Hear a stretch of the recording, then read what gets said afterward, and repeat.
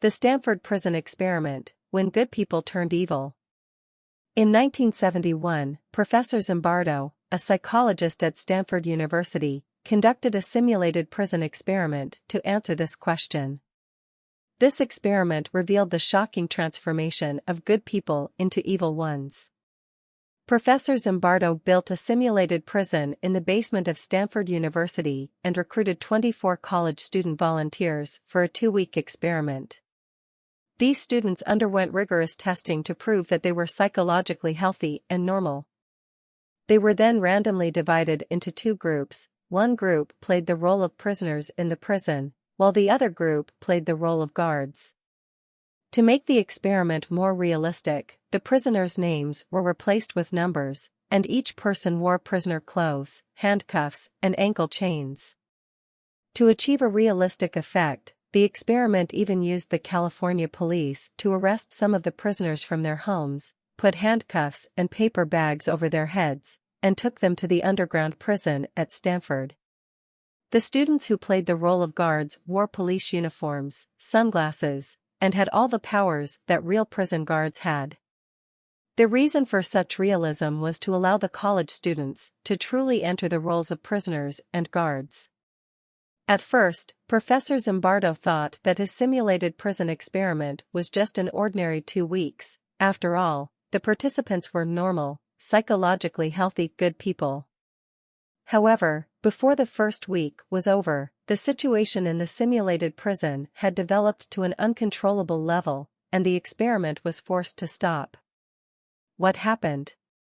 During this week, the Stanford students, who were once gentle and polite, transformed into 2 groups of people. The students who played the role of guards waved their batons and insulted the prisoners who were their classmates just a week ago. Nearly 1/3 of the guards showed tendencies of sadism.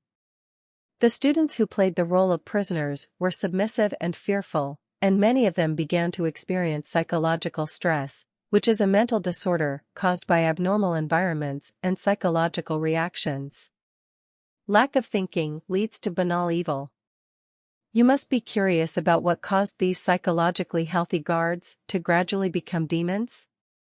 And how were the other students forced to accept their roles as prisoners?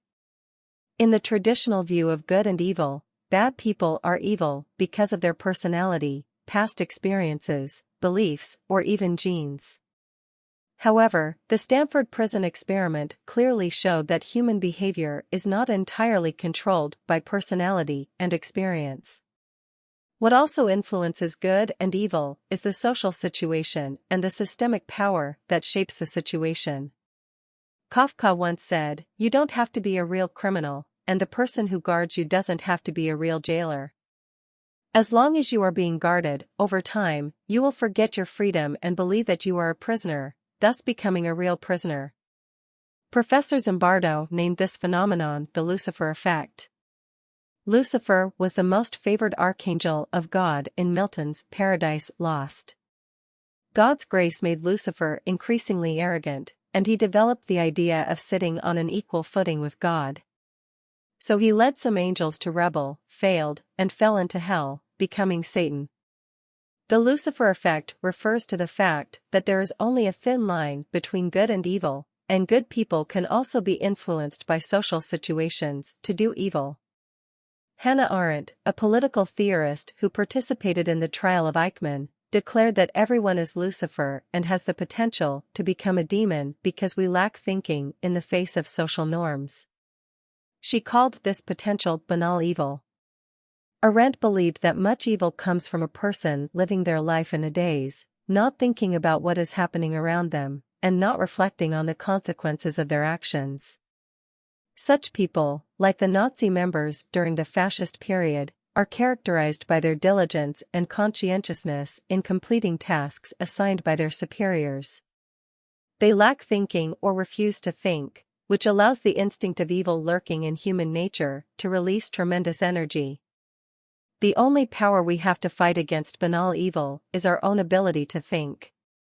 In Lecture 14, I introduced the thinking method of specialization, which allows us to constantly ask ourselves, besides the obvious norms, are there any other choices? Whether questioning ourselves or having a dialogue with ourselves, these thoughts enable us to gain a conscience and become independent individuals again, rather than a part of an evil system.